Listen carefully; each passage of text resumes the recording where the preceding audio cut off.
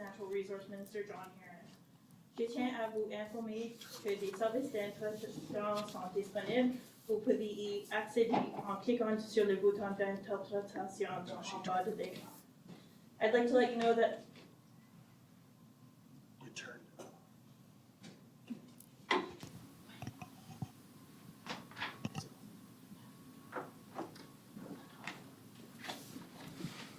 Bon après-midi à tous et bonne fête nationale de l'Acadie. Bienvenue à cette conférence de presse avec le ministre des Ressources naturelles, John Herron. Good afternoon, everyone, and happy National Acadian Day. Welcome to this media availability with Natural Resource Minister John Herron. I'd like to let you know that interpretation services are available. You can access them by clicking on the interpretation button at the bottom of your screen. Before I turn things over to the minister, I would like to ask everyone to please ensure your microphones are placed on mute. Minister.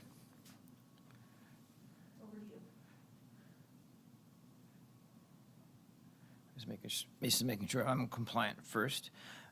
Au début, peut-être on peut commencer avec une chose un peu plus positive, comme je suis tellement fier d'avoir la chance de dire bonne fête de l'Acadie pour leur fête nationale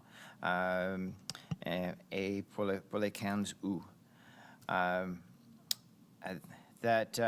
I have an update for on today's wildfire situation in the province.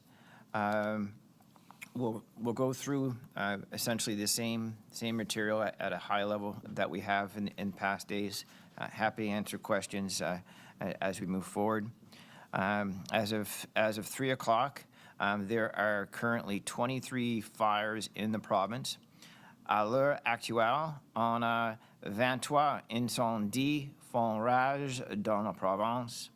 3 of those fires are considered to still be of note, that being the Irishtown fire that we're very, very pleased that we're in a much better situation there than we were just a few days ago. That fire is deemed to be contained. It's in a good situation. The next step that we're looking to see within that particular fire is for it to be deemed under control. And the difference there, just from a vernacular perspective, is contained is that we got it, and under control means we own it. And of course, the fire that captures an extraordinary amount of attention is the Oldfield fire, which considers to rage and is north of 1,400 hectares. If you live in an impacted area, you should be prepared to evacuate on short notice, and you should make sure your emergency preparedness kit is ready. Si vous vivez dans une zone touchée, préparez-vous à évacuer rapidement au besoin et assurez-vous que votre trousse d'urgence est prête. If you do not need to evacuate, an evacuation alert will be issued, and you will receive an alert-ready message. You'll see it on your social media, on your TVs, and hear it on your radio. While you're preparing for a potential evacuation, this is a good time to check on your neighbors, families, friends in your community. Is there anyone who might need help with respect to preparing for a potential evacuation? A few words on forecast. The upcoming forecast is generally sunny with some rain projected, but much like the rain that we got the last few days, it's probably not going to be enough to make a long-term difference. In particular, what we're seeing in our satellite tracking is that the rains that we have been receiving, unfortunately, are bringing lightning along with it, which can be very problematic on creating new starts. I would maybe want to share is that the optimal, more rain is better. But having a lot of rain all at once can actually be a bit problematic. is that it can create conditions where it'll be difficult to move the steel in the ground, those bulldozers, the heavy equipment around. So it can actually detract from our ability to actually combat fires. So if we could have this a constant mist for about 2 or 3 weeks, that would be the ideal situations if that were to arise. And it's important to know that lightning strikes don't always create an immediate fire. So we may have lightning, and a strike has occurred, but that can smolder for up to 2 weeks. So it's important for us to ensure that we stay vigilant, pay attention, that we do the reconnaissance that we do each evening, where we're able to identify potential sparks in tracking our fires.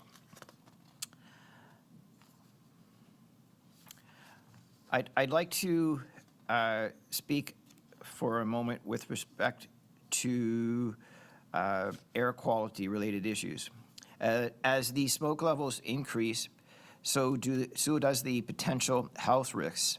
So people impacted should limit their time outdoors, consider rescheduling any outside sports and activities and events, and those areas that I was speaking to are. It's not just the weather. You know, I do want to note that smoke from the fires is causing or is expected to cause poor air quality and reduced visibility, particularly in the Miramichi and Moncton areas.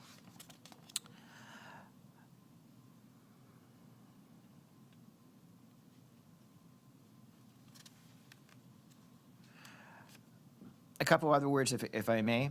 I would like to thank all the people that are on the ground. I spent the last 2 days, along with my colleague, the Minister for Public Safety, Robert Gauvin, and the Premier.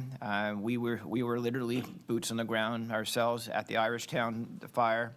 I can tell you that the team that is there, mopping up some of the aftermath at Irishtown, they are absolutely elated, but they're not as numerous as they were before.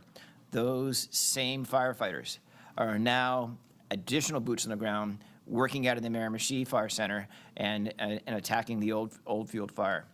I am like awestruck by the stamina, endurance, the enthusiasm, the professionalism of all those firefighters from DNR who they may be working in shifts, but they're showing up and putting in enormous efforts on behalf of New Brunswickers, on behalf of our communities, on behalf of New Brunswick families, and I will probably speak to that particular issue every single time that I'm here because it is absolutely inspiring. I have a comment related to logistics. As a note, while we are incredibly grateful for everyone who has shown their support for our firefighters around the province, we are asking that people please do not bring food or drinks up to the fire teams. You know, it's a great gesture. I'm just heartened. I think it's absolutely wonderful how the folks in the Miramichi are rallying around this. The local MLAs, when Sam Johnson, Michelle Conroy, I'm in contact with them on a regular basis. They just want to help, but with the circumstance with respect to bringing food, that we do have guidelines related to food safety and the like, but that's really not the big challenge. The big challenge is logistics, because I want New Brunswickers to know is that we are feeding, watering, making sure that those firefighters have every single thing that they need, even including from a food and drink perspective. So thank you very much for the very sincere gesture, but logistically it is a little bit of a challenge for us to handle. Is there anything else that I want to finish up with?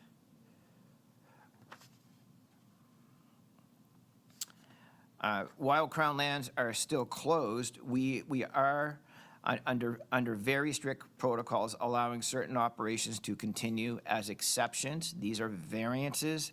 We're looking for fewer situations to have variances in, not more. But we're doing this to minimize the economic impacts and support workers to support those folks who are trying to provide for their families. This includes specific cases where mills are facing critical inventory shortages and other exceptional circumstances. In these cases, we have temporarily permitted overnight trucking of wood that was already roadside, with the added precaution of enhanced fire equipment and site monitoring requirements. That type of equipment would be to ensure that they have tanks of water in tow. They'd have additional personnel that would be fire spotters. So those are some of the precautions that would be included in that particular type of situation. Similarly, we have launched a permitting process to allow wild blueberry growers to harvest wild blueberries on Crown land leases under certain conditions, and or use Crown land roads to access their private wild blueberry fields. Nous avons aussi mis en place un processus d'autorisation semblable permettre aux producteurs de bluettes sauvages de récolter des bluettes sauvages sur la terre de leur couronne, louées sous certaines conditions, et d'utiliser les routes de leur couronne pour accéder à leur champ de bluettes sauvages privées. And for the peat industry, we've implemented a permitting process that allows for the safe processing of Herald stockpiled peat, which is deemed as a significant fire risk. It can essentially spontaneously combust, so it's better for us to get that moved. However, all other activities related to the new production or extraction of peat are still in prohibition. Right now, wildfires are a problem across the country, throughout Atlantic Canada, and because of that, we are sharing resources as needed to manage situations based on severity.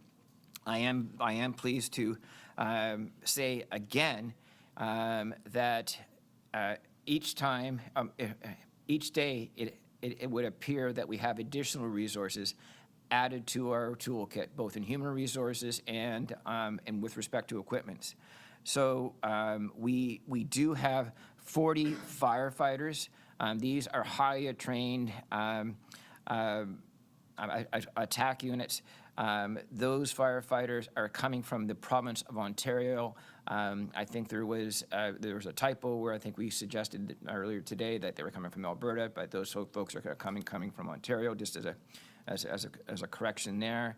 The 20 firefighters who are helping us out from the province of Nova Scotia, they'll be returning back to Nova Scotia on Saturday from a flight infrastructures that we have as part of our equipment, the addition of 3 CL-215s. These are sort of like mid-sized water bombers. They're heavily agile, are highly agile for us to be able to snuff out fires before they become even more problematic.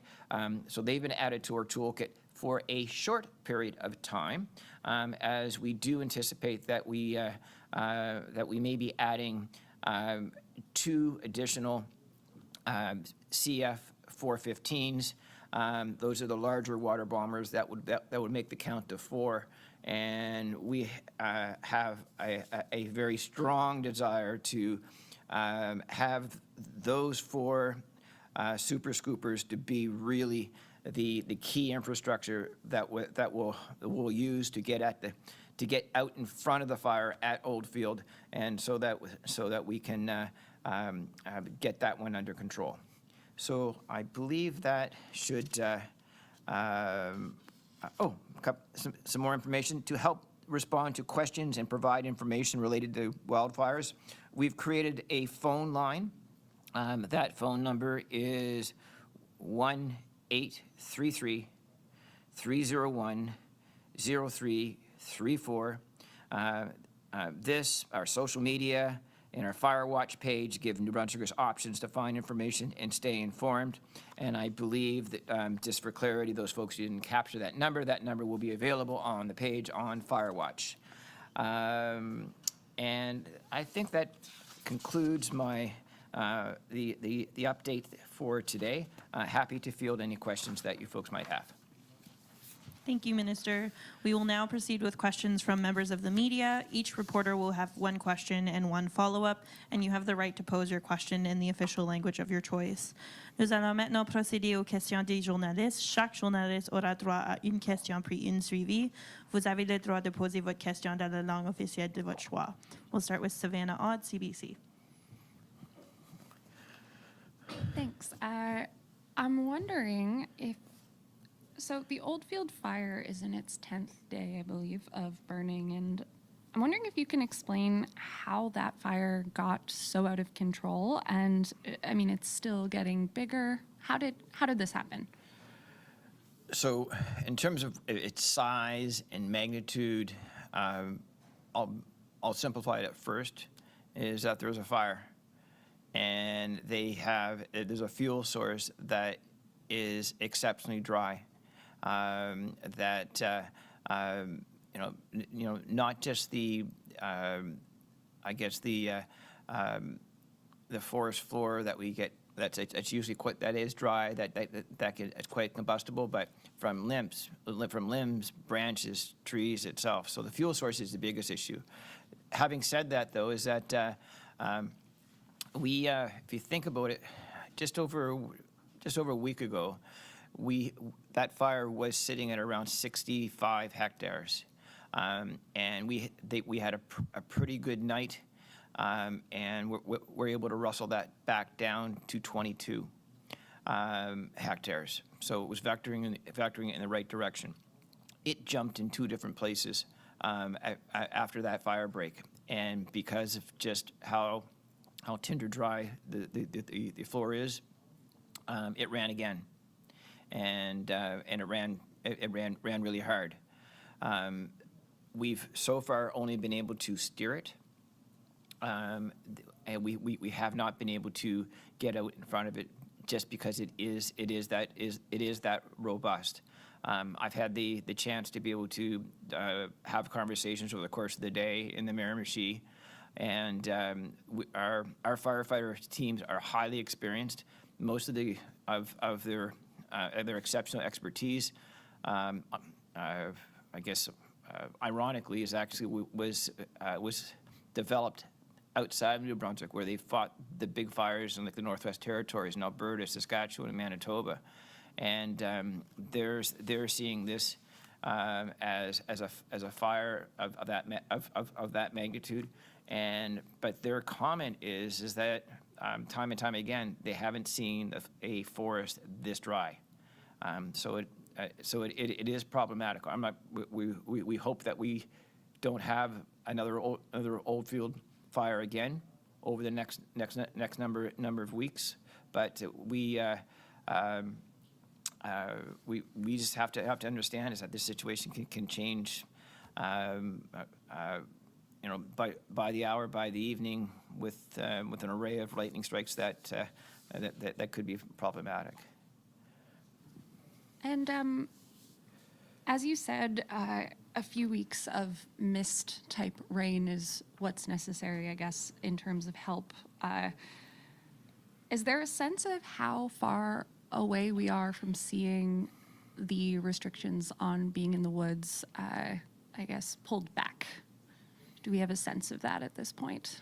I don't think we're going to make any decision that we would see that could put New Brunswick families and communities at risk.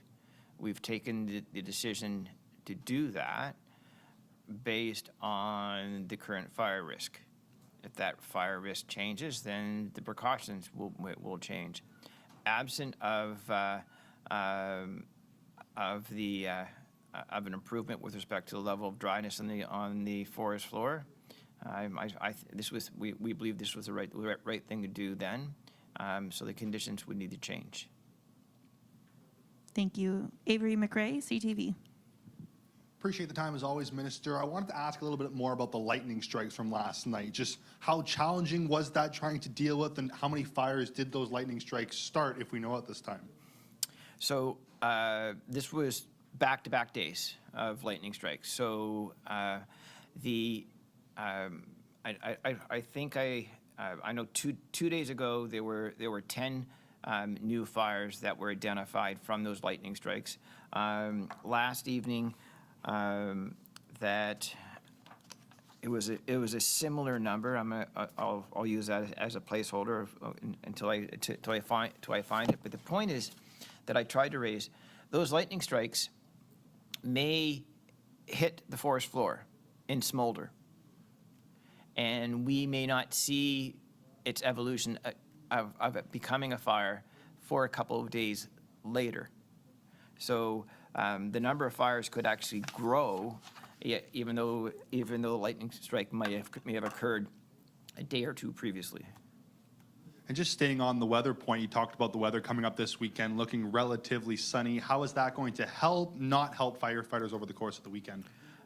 I found it almost amazing to have conversations with these firefighters today. Is that it's still kind of warm up in the Miramichi. It's 22, 23 degrees, still a pretty warm day, sunny, and they are just so relieved in terms of being on the conditions that they actually think they can fight and go at it even harder.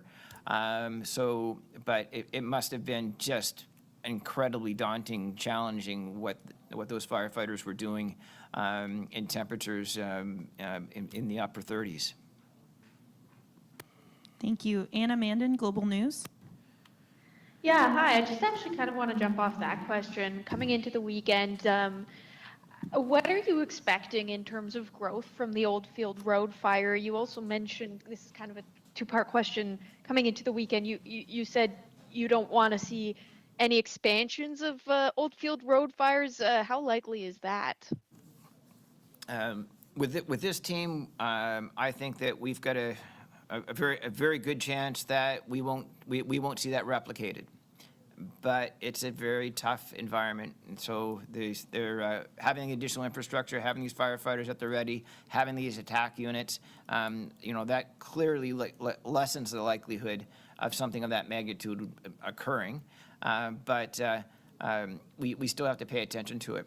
I don't want to. There are true professionals who understand the behaviors of wildfires, and I don't want to overly predict what we're going to see over the course of the weekend. I had the opportunity to get coached up by the professionals in Miramichi earlier today. That they are making a fair amount of progress and with respect to building out a fire break. That's helping steer it, but clearly will be part of the infrastructure which we're going to have to require and in order to contain that fire at some point. The winds this evening are not helpful. The winds tomorrow are helpful in terms of steering it back. So I don't have a figure in hectares about what we expect to see, as a result on Monday, which is a little bit different though than what we saw about 5 days ago. Our center was sure that the Oldfield fire would double overnight. So the fact that they didn't have that same level of alarm, I think that's a positive development. That's what I got firsthand when I was in the Miramichi over the course of the day. Do you have a follow-up, Anna? Yeah, so you talked about folks in affected areas preparing to evacuate. I know that there's a number of fires around the province. What do you define as an affected area? Who should be worried about this? So if if EMO believes that a home or a person is at risk, they will send an advisory. If they think that that location is going to be threatened with the fire, the alert will go out and they'll be asked to move. Back Post Media. I'll jump off that point. So we had 1,500 people who were told to stand down from evacuation notice. What is the present number of people who are on evacuation notice? Do we know that? I mean, the situation's changing quickly, but Yeah. and they're scattered all over these areas that aren't that habitated. But I just want to make sure. I'm going to say subject to check. Is that the only advisory that was in play was we had an advisory on the fire that's known as Lumsden Road, that's near Hilltop, and that advisory has been rescinded. So there is no advisory for a pending evacuation at this point. And 2 days ago, it was mentioned that there's been no loss of life, no structures lost, 3 injuries, all firefighters who were treated successfully in hospital for heat exhaustion. Has that changed at all? Changed slightly in terms of the number of firefighters who were challenged from a heat exhaustion perspective. I found that out firsthand today, that there was a higher number. It was less than 10. I'm going to say 7 individuals subject to check, but I knew it was a couple more than just the 3. I do want to say one thing, though, what I was able to see today. I learned an awful lot about the SPU, Structure Prevention Unit. It's not by accident that we haven't lost a structure. The methodologies that these folks do in terms of getting in to areas where they've potentially asked for an evacuation, they're no longer there at their camp. Those folks along the Kenna Road in particular, in terms of what they do in terms of setting up water tanks and sprinklers and tubing and pumps and checking on them. The preventative actions that particular unit is, I was really impressed. On my phone is that I took a video of, and anybody follows my social media, you know I don't do a whole lot of stuff out there and that kind of thing. So, but I took a video today, I haven't posted it, but of a cell tower that is almost right in the middle of the old fuel fire. It is standing tall. And what these folks did, they knew that piece of critical infrastructure was at risk, and they had cleared a fire break, bulldozed all the fuel away from that piece of infrastructure. So what I captured was 360 degrees fire all around it, and that tower is still there. And so we've got a highly skilled team here in the province of New Brunswick, and the work that they're doing is saving critical infrastructure and saving homes of New Brunswickers. I know you're in the thick of it, but how much thought has been given by your government to what needs to be done in the future once these wildfires are out and we have a future wildfire season? How much more money should be spent? How many more teams should be created? That sort of thing. I think provinces across the country are going to have pretty serious conversations with themselves in terms of what amount of infrastructure is required on a go-forward basis. This is going to be an increasing threat, not one that's going to go away. The infrastructure that we have in the Forest Protection Limited in terms of that area infrastructure, that seems like a pretty good decision to have that in place today. We have, as I said before, we'd ordered two air bosses, which are float planes which are kind of the same size of water bombers that we have. Those being the Air Attack 802 water bombers, but they have to land to get water. These other ones we'll build to fuel out on lakes and the ocean, and so there's having a conversation about a couple more of those might be had. We already know that we share infrastructure on a regional basis with the through CIFC. There's probably a conversation that we might want to have with our Atlantic Canadian brethren. So you asked me if I had put any thought into this. You know, still early days, early hours, but having more infrastructure to combat fire, especially from an air attack perspective, I think that's going to be part of it. I also think that, so we did a press conference a few months back on our Fire Smart campaign. I'm going to ask all New Brunswickers to go to that page, Fire Smart, Government New Brunswick page, and there are things that we can do as New Brunswickers to avoid the setting of forest fires. There are things that you can do to make your house a lot safer should a fire actually be in your area. You know, simple things such as if you've got trees that actually lean against your house. I have a lilac tree that leans against my house. I have a feeling that that thing is going to get trimmed sometime very soon.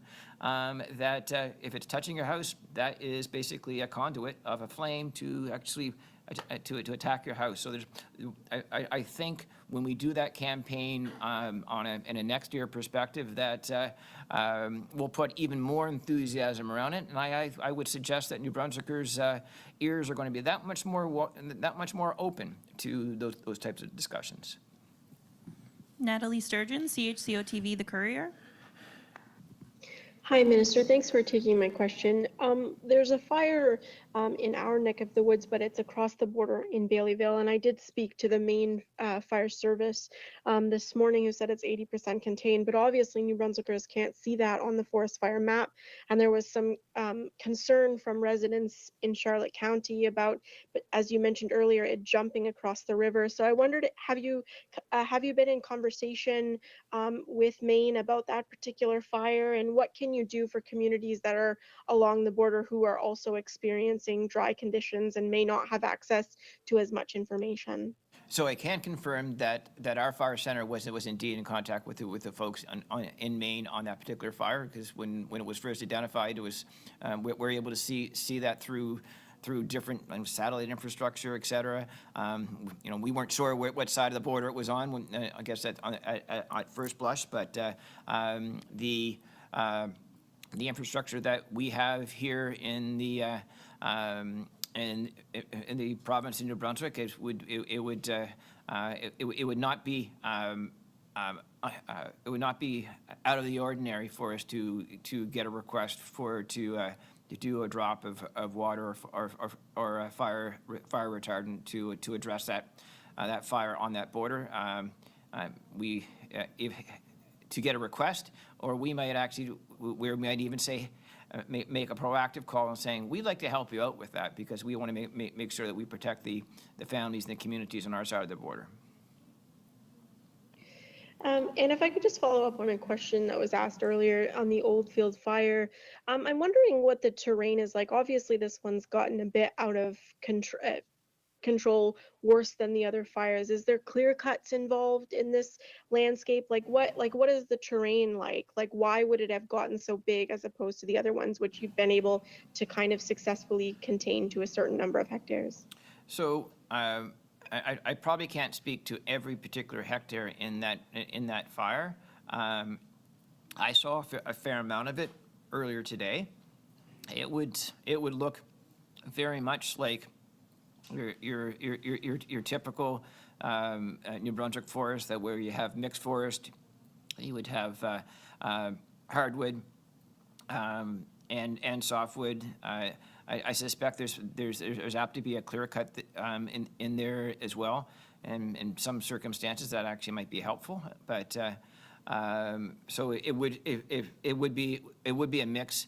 I have not heard from our firefighting team that the topography is particularly problematic in that. On that fire, it is the intensity of the fire itself and just how dry the fuel source is. Having said that, there is another fire that is known as Chief, that we've been able to contain to a large degree, but that topography is very difficult. There, though, on the basis that there are some ravines that make it hard for us to be able to get at. It's quite remote, and so topography can make things difficult. Okay, that concludes the questions for today. Minister, did you have any closing comments? My closing comments would be that the government of Brunswick is immensely grateful for how cooperative New Brunswickers have been, how understanding New Brunswickers have been. With respect to these precautions that we're taking to encourage folks to stay out of the woods, to help to mitigate that risk. As the Premier mentioned just the other day, it's summertime. We like being in our backyards and having that fire and inviting your friends to have a conversation, have an alpine, enjoy the summer experience, where we just have to do it this way with, perhaps a flashlight for ambulance as opposed to sparking a fire. So thank you, New Brunswick, for being part of the solution. We knew you would step up, and great. I'm heartened to have the level of support that we're receiving. Voilà la fin de cette conférence de presse. Merci tout le monde.